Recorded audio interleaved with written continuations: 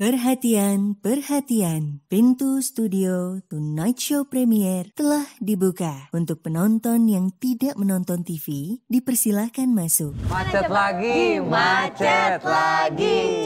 Gara-gara si Komo lewat, Pak polisi jadi bingung. orang-orang ikut bingung.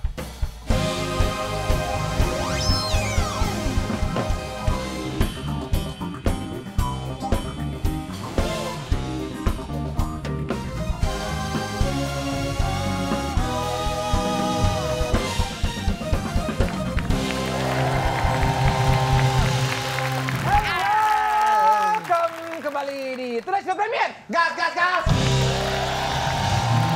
Welcome kembali ya, welcome kembali. Mata saya nih sakit terus. Lagi sakit mata Masih dia. sakit metes. Meter. Kamu ngintipin siapa sih? Ih jadul banget. Sakit mata ngintipin. Ngapain ngintip kalau tinggal minta aja dikasih lihat. Hey My Own Music, apa kabar? Waduh, band yang energik ya nih ya. Selalu di mana-mana ada. Udah mulai off air, on or apa Off-airan udah banyak jadwal amin. Udah mulai kembali Ini rame. juga apa stylenya seperti biasa memukau. Wah, Xiaomi. gayanya. Halo Xiaomi, drummernya My Own Music. Xiaomi, drummer My Own. Ayo, pakai baju Mickey Mouse hari ini kan? Iya, Kemarin udah pada katanya tahu. apa miara tikus ya? Apa gitu kakak kemarin ngomonginnya. Dia apa itu trainer komodo. Oh, trainer komodo, salah gue. Ya udah itu aja kalau begitu. Kan udah waktu itu. Ya kan? Udah. Udahlah pusing kepala gua. Pelatih Udah, stand up tamu kita komodo. sekarang ini adalah seorang, wah ini dia, ini sahabat anak Indonesia. Betul. Jago parkur. Jago Ih, parkour. Masih kuat push up 100, 1000. Berapa kali Vincent waktu itu dia ngomong? Bisa nyampe 500. Wow, Wow. beneran? 500 push up. Kayaknya enggak deh, 100. Dan sampai kapan Ntar gue tanya orangnya dulu deh. Nah, itu kuat berapa push up berapa kali? Kenapa nggak diundang sih? Oke.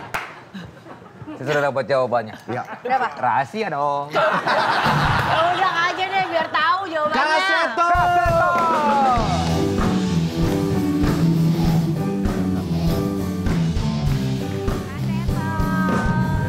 Halo Kak Seto. Silakan Kak Seto. Kita silakan duduk. Pertama kita ucapkan selamat dulu buat Kak Seto Ya. yang sekarang sudah menjadi guru besar Profesor Dr. Seto Mulyadi MSc. Yeay, selamat Kak Seto. Baru aja berarti Kak Seto. 1 Oktober kemarin. Ya. Belum lama. Ya. Berarti gelar barunya tuh yang mana? Yang guru besar Guru itu. besar. Guru besar. Berarti sekarang sebutannya guru besar. Tetap ada Kak Setonya nggak? Nggak ada ya? Guru kecil kalau itu. Tetap muda selalu dipanggil Kak. Iya. Dipanggil Pak. Oke, Kak Seto sudah berkarir sebagai Ketua Komnas dan juga psikolog anak dari tahun 98 sampai sekarang. Nah, Apa hal yang paling menyenangkan Selama selama ya menggeluti bidang ini, Kak Seto? Ya, yang paling menyenangkan apa ya, menemui anak-anak yang selalu kreatif, Iya, selalu penuh rasa ingin tahu, Ya. spontan, jujur. Tapi juga apa ya, juga tidak ada dendam. Ya, saya belajar banyak dari anak-anak. Sebetulnya saya mulai itu sudah sejak tanggal 4 April tahun 70 waktu itu. itu mulainya awalnya apa tuh waktu itu Kak Seto? Saya menjadi asistennya Pak Kasur. Pak Kasur. Iya. Waktu ada Pak Kasur, ada Bu Kasur. Iya, Nah, saya Pak Bantalnya. Saya. Pak Bantal. Lagu-lagu anak tuh pakai anak-anak Pak zaman Kasur dulu tuh tuh lagu pasti tahu anak ya? Bu Kasur. Iya, betul. tapi kalau Kak Seto si Komo dong. Iya si Komo, bener. Nyanyi dong lagu Komo, ayo. Si Komo anak nakal. Bukan gitu. Itu si kancil. Si Komo. Bukan gitu. Bukan. Macet lagi, macet lagi. Gara-gara si Komo lewat. Pak polisi jadi bingung. Orang-orang ikut bingung. Terus Ulil semua juga. Ada Kak Seto Ulil, juga ada yang Belu, isi, ada kan? Dompu. Iya. Itu semua ciptaan Kak Seto ya? Iya, Bahkan alhamdulillah. nama-namanya juga? Iya, Ulil, iya Dompu. betul. Ya karena gampang ya, Komo kan dari komodo. Iya. Kalau Ulil, Ulat. ulat kecil waktu itu. Ah. Kemudian ada Belu, itu bebek lucu. Iya Belu. Dompu itu domba putih waktu itu. Oh benar-benar disingkat aja gitu ya? Iya, supaya gampang aja gitu. Itu kaseto semua kan yang ngisi suara juga kan? Bukan. Oh enggak ya? Yang saya komo hanya aja ya? mengisi komo dan ulil. Ulil. Tapi ulil dipakai apa kayak chipmunk gitu dipercepat. Iya, gitu. Oh iya. Oh, pakai suara Kalau yang lainnya, chipmunk. Kak Seto Iya. tadi Keren belum. banget. Tadi kita ada sebuah fakta yang kita belum terjawab. Apa? Push up Oh, push up. kuat berapa Gue kali tahu sekarang? tadi dikasih tahu, cuma gue nggak kasih tahu kalian dari kaseto aja langsung. Kuat berapa kali? Iya. Sekarang nih, sekarang, detik ini. Kalau 80. 80, tapi bisa 100 ya waktu dulu. Iya, Berapa iya. tahun lalu 100 ya? 100 terus sama dokter dibilang jangan terlalu diforsir katanya begitu. Ya. Tapi masih dilakukan sampai sekarang kaseto? Ya, alhamdulillah masih. Itu gitu. dia tuh yang bikin Itu yang bikin jadi sehat dan konsisten fit. setiap Iya. hari gitu, Muda. push up itu ya Kak Seto? Iya, tiap pagi ya. Tiap Jadi pagi. sehat, kalau- awet muda, rambut subur ya. Tapi model rambut kayak gini tuh dari tahun berapa sih kaseto? Dari banget soalnya, remaja sebetulnya. Dari ya. remaja udah begini? Iya. Ya, Gak pernah karena coba dulu ganti gaya. ya mau ganti gayanya Mas Vincent Jangan habis. susah ya. Depannya terlalu subur gitu. Kalau biasanya kan udah mulai jarang ya depannya ya. Tapi Kak Seto pernah nggak kayak bosan terus pengen ganti rambut aja gitu? Nggak pernah? Di spike gitu. Enggak, ya karena ini gampang nyisirnya ya. Oh. Jadi setelah dikeramas, diuyak-uyak sebentar, terus disisir sebentar, udah jadi seperti ini. Ini katanya kalau naik motor juga nggak goyang ya kaseto ya? Nggak goyang karena pakai helm ya. Iya juga. Kalau ya. yang parkur itu emang Kak Seto beneran bisa parkur? Oh. Udah jauh mulai banget dari gitu. kapan sih Iya. Kak Seto? Ya sebetulnya apa ya, saya nggak menyangka itu namanya parkur ya, karena itu sebenarnya hanya parkir itu sebetulnya. Parkir di atas genting gitu. Saya hanya biasa gerak, lompat-lompat segala macam. Aktif. Nah, suatu saat kebetulan diabadikan oleh anak saya dan menantu saya gitu. Terus setelah itu diekspos, dimasukkan ke Instagram, media. terus tiba-tiba dibilang parkur, saya tanya parkur itu apa? Kemudian saya lihat, oh ya bangsa lompat-lompat segala macam begitu. Kak Seto tuh sebenarnya menekuni olahraga itu sejak kapan sih? Maksudnya dari dulu emang gemar olahraga atau olahraga khusus yang dilakukan sama Kak Seto tuh apa sih? Iya, dari kecil memang bandel ya sebetulnya, nggak bisa Aktif diem gitu ya, ya? aktif ya. Jadi sudah biasa naik genting, naik pohon, jatuh berkali-kali itu biasa juga gitu. Nah, akhirnya ya itu lari dan segala macam sampai sekarang terbawa terus begitu. Dan Di hidup ternyata sehat ya? membuat lebih lebih fit, fit lebih ya? segar, lebih kreatif, lebih punya ide-ide dan ya, Setiap hari terus begitu. Minimal berapa lama sih? Karena sebenarnya kayak orang taunya Kak Seto itu dulu kan ngelihatnya ya udah sekolah Dulu anak. padahal kaseto ini takut ketinggian, bener ya kaseto ya? Ya karena berapa kali jatuh sempat trauma dan kemudian fobia terhadap tinggian, akrofobia ya. Tapi kemudian saya Akhirnya dilawan. diberitahu ya coba lawan aja gitu. Tapi tentu bertahap dan pakai perhitungan gitu. Dan ini sekarang malah ada video kaseto panjat tebing. Serius. Kita lihat seperti apa ya. Ini dia. Kak Seto ini di tebing mana? Di time zone Di ya. gunung Nggak ada time zone-nya gila. Gunung Batu kalau nggak salah di Bandung. Itu kalau nggak salah kameranya miring gitu ya kaseto, jadi kayak Ribuan dong itu. nggak, tapi itu beneran kaseto di mana itu kaseto? Ya, itu daerah Gunung Batu itu. Itu kok berani ya? Ya itu masih ada talinya kan. Saya malah waktu itu mencoba di Kopassus waktu Waduh, itu minta nggak pakai izin, tali? nggak pakai tali ya. What? Jadi malah ya petugasnya bilang, turun nanti kalau ada apa-apa saya yang kena nanti. Tapi memang kita tahu Kak Seto tuh Iya. ternyata aktif, parkur segala macam beberapa tahun belakangan ini kan. Maksudnya orang ngeliat sosok Kak Seto tuh Iya, ya udah karena- Anak-anak. anak-anak Yang gitu. psikolog gitu. Ternyata dari dulu emang Dari sehari dulu harus begitu. rutin olahraga Iya, gitu. iya. Olahraga favoritnya Malah- apa? Nge-gym kah atau zumba? Ya yang murah meriah aja, yang lari, lompat, terus ya kemudian nih baru tahu itu namanya parkur itu gitu. Jadi malah lebih coba dipelajari parkur Iya, sekarang. iya. Dan juga ya di alam bebas ya kadang naik batu-batuan tadi. Ya berapa kali berat, luka-luka itu biasa ya resiko ya. Anak-anak tuh gimana Kak Seto ngeliat Biasa. Kak Seto aktif banget gitu, pasti kan khawatir apa gimana. Iya, kadang-kadang anak-anak juga mengingatkan hati-hati gitu, apalagi udah lansia sekarang kan.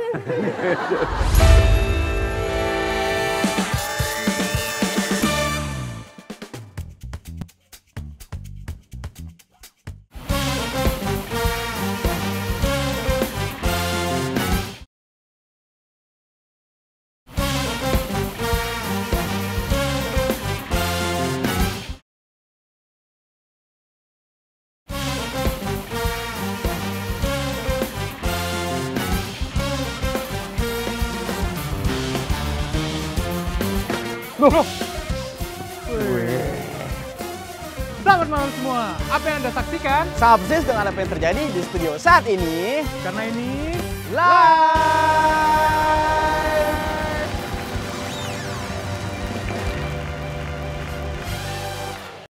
Paket cukuran asik ala Tonight Lovers spesial dari Banner. Dapatkan di marketplace kesayanganmu sekarang. Buruan sebelum kehabisan. Kak Seto ini kembar. Iya. Kembar, Kak Seto ini paling aktif waktu kecil, bisa dibilang bandel banget itu, naik turun apa, makanya sampai sekarang kebawa gitu Iya, energinya untuk untungnya dijadikan jadi energi positif gitu ya Kak Seto ya, bergerak, olahragain gitu. Dan kalau ngomongin soal anak-anak yang tadi aktif, banyak sekali pengaduan kasus-kasus anak Kak Seto. Boleh nanya nggak? Ada nggak sebuah kasus mengenai anak yang membuat Kak Seto tuh stres banget? Kepikiran. Yang keinget sampai sekarang? Beberapa ya. Misalnya dulu pernah kan ada kasus di Jakarta International School. Iya, korban anak ya. Saya kebetulan ikut menterapi anak itu. Jadi dia mengadu segala macam. Kemudian kemudian pelakunya kan akhirnya juga ditangkap dan ditahan kan. Salah satunya guru dari sekolah itu. Nah, memang saya agak sedih, saya kecewa karena ternyata anak itu mengadu ke saya mendengar pelakunya kok justru diberi grasi waktu itu. Anaknya ngadu gitu ke Kak Seto? Iya, jadi dia apa betul begitu. Bahkan waktu itu sempat mengajak saya untuk bertemu dengan Bapak Presiden waktu itu. Jadi itu juga membuat saya ikut sedih ya, karena anak itu sangat ini sekali gitu, karena dia yang membuat dia terpuruk sampai saat ini. Karena jadi banyak teori yang muncul ya dengan kasus itu kan. Iya, betul. Pembicaraan. Itu Tapi Kak Seto satunya. karena berhubungan sendiri sama korbannya, jadi Betul, benar-benar teringat sampai sekarang. Bisa bikin Kak Seto sempat kepikiran terus, stres. Ya itu terbawa juga ke mimpi, kadang-kadang ya gelisah ya. Tapi ya saya mencoba untuk selalu berpikir positif aja. Kak Seto itu kasus pelecehan, mungkin nggak tahu juga ya tanpa ngomongin ini, tapi mungkin dari dulu memang terjadi, tapi sekarang kan lebih ke blow up. Iya, karena ada sosial media. Banyak banget gitu kalau kita lihat di sosial media berita tentang pelecehan, terutama pelecehan sama anak. Dan akhirnya bisa ada media untuk banyak orang akhirnya speak up. Karena memang digital sekarang kan juga semakin ini ya. Betul. Nah kalau dari Kak Seto sendiri, pendampingan untuk ini dilakukan nggak Kak Seto? Iya, artinya kami selalu menekankan bahwa kalau menghadapi anak-anak korban kejahatan seksual, bukan hanya kekerasan ya, karena kejahatan seksual kadang-kadang tidak dengan kekerasan, tapi dengan bujuk rayu, segala iming-iming. Jadi kelihatannya wah penuh kasih sayang, tapi sebetulnya dia melakukan kejahatan seksual gitu. Nah ini saya selalu menekankan jangan hanya konsen pada pelakunya, wah harus dibikin tuntut ini. Tapi jangan melupakan korbannya. Jadi korban juga harus mendapatkan pendampingan psikologis, terapi, treatment psikologis supaya bisa sembuh traumanya ini. Karena kalau tidak, akan terbawa terus sampai dewasa. Kalau korbannya laki-laki, nah biasanya terjadi adalah kemudian sering menjadi pelaku di kemudian hari. Itu yang berbahaya itu. Tapi Kak Seto, ini awalnya kenapa sih kok Kak Seto kok bisa peduli banget dengan anak-anak itu, awal mulanya gimana Kak Seto? Apa yang nge-trigger Maksudnya kok bisa sampai identik banget anak-anak ya ada Kak Seto gitu? Ya karena saya merasa berhutang budi pada lingkungan, pada semua orang-orang yang peduli pada saya waktu kecil. Saya belum pernah melihat, yang saya katakan, anak zaman now yang lebih bandel dari saya waktu kecil. Tapi saya tidak dibilang, kamu nakal dan sebagainya. Tapi diarahkan dinamika psikologis tadi yang mungkin menggebu-gebu penuh dengan gelora tadi ke arah yang positif. Iya, dialihkan. Jadi ya mungkin saya belajar olahraga, bela diri, segala macam. Kadang-kadang kalau saya senang teriak-teriak ya akhirnya teriaknya jadi lagu nyanyi atau ikut teater dan sebagainya. Kalau saya sering lonjok-lonjok ya mungkin waktu itu bela diri, ada pencak silat, ada kungfu dan sebagainya. Jadi dari kecil udah dapat kayak penyaluran secara positif dari lingkungan keluarga gitu. Jadi Kak Seto kayak punya tanggung jawab yang dirasakan oleh Kak Seto harus kurang lebih harus dirasakan juga sama anak-anak Indonesia. Lain, yang anak-anak yang kadang-kadang pernah saya dapat klien ya datang, wah anak Kak Seto nih, saya mau, aduh anak saya ini bandel sekali gitu. Padahal begitu datang langsung, Kak si Komo mana? Nggak boleh gitu. Kadang-kadang, nggak apa-apa Bu, dia justru kreatif, justru sangat peduli gitu. Dan ternyata saya ajak gambarnya bagus, pertanyaannya juga sangat cerdas gitu. Jadi itu yang saya mohon kepada para orang tua, anak-anak ini temukanlah dinamika dan kekuatan masing-masing. Iya, bahwa semua anak pada dasarnya cerdas pada bidang yang saling berbeda gitu. Bisa cerdas musik, cerdas nyanyi, cerdas gambar, cerdas bicara. Mungkin jadi presenter ya seperti kakak-kakak semua kan luar biasa sekali. Jadi kan. yang maksudnya kayak nggak pikiran kolot zaman dulu tuh kayak gitu tuh, anak tuh harus cerdasnya akademis terus gitu kan. Betul. Dan kadang-kadang di sekolah lembaga pendidikan kurang ditemukan potensi-potensi itu, kurang dihargai gitu. Kak Seto, bagaimana seorang Kak Seto bisa keep up dengan keadaan zaman? Kita tahu dari mulai sepengetahuan kita ya, dari generasi baby boomers, orang-orang tua kita mendidik kita adalah zamannya yang nggak boleh ngelawan orang tua sama sekali, dengan berargumen aja pak. Gitu kan, keras dan mereka tidak menunjukkan rasa sayang dengan I love you gitu.